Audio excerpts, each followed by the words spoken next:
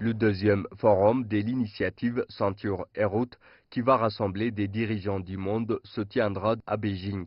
De nombreux dirigeants africains ont déjà confirmé leur participation. L'ambassadeur de la mission chinoise auprès de l'Union africaine a déclaré que de plus en plus de pays africains manifestent leur souhait d'adhérer à l'initiative. Il a aussi indiqué que le forum abordera plusieurs domaines de coopération et sera l'occasion de renforcer les liens entre la Chine et les pays africains. De plus en plus de pays africains vont participer, vont assister à cette initiative route de soie et ça va augmenter, ça va renforcer une coopération dans les domaines, surtout infrastructures, dans les domaines agricoles et industriels et aussi, n'oubliez pas, la culture.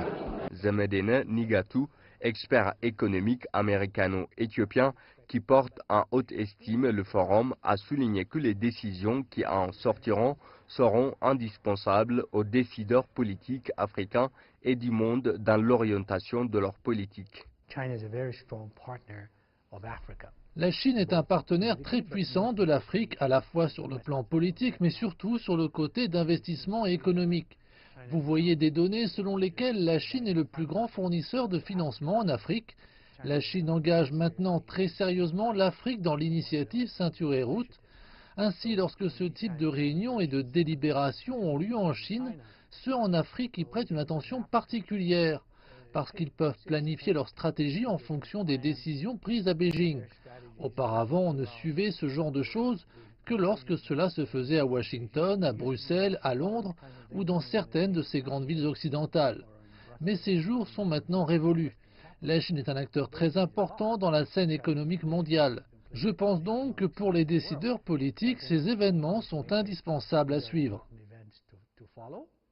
L'expert a salué l'approche adoptée par la Chine dans ses relations avec les pays africains qui est basée sur une coopération gagnant-gagnant et a incité la Chine et l'Afrique à consolider davantage leur coopération.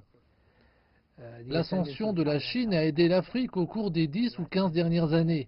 Les ressources très importantes, notamment les ressources financières qui sont venues en Afrique pour construire des infrastructures en particulier, sont très visibles. Je pense que nous devons en prendre conscience.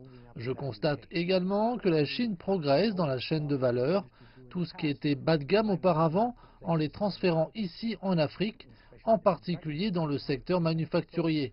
Je pense que l'Afrique peut en bénéficier. J'espère donc que la Chine continuera à se développer, à maintenir ses relations avec l'Afrique, ce qui, comme je l'ai dit précédemment, est une solution gagnante pour les deux parties. Ce que j'attends donc des résultats de ces réunions, c'est le renforcement des relations existantes et l'affirmation des engagements déjà pris. L'expert économique estime que la Chine va prendre des nouvelles mesures qui faciliteront la mise en œuvre des décisions précédemment prises. Il considère aussi que le forum de l'initiative Ceinture et Route sera l'occasion pour la Chine de réaffirmer son engagement envers ses liens avec les pays africains. Zunaba Lefom, CGTN français, Addis Abeba, Éthiopie.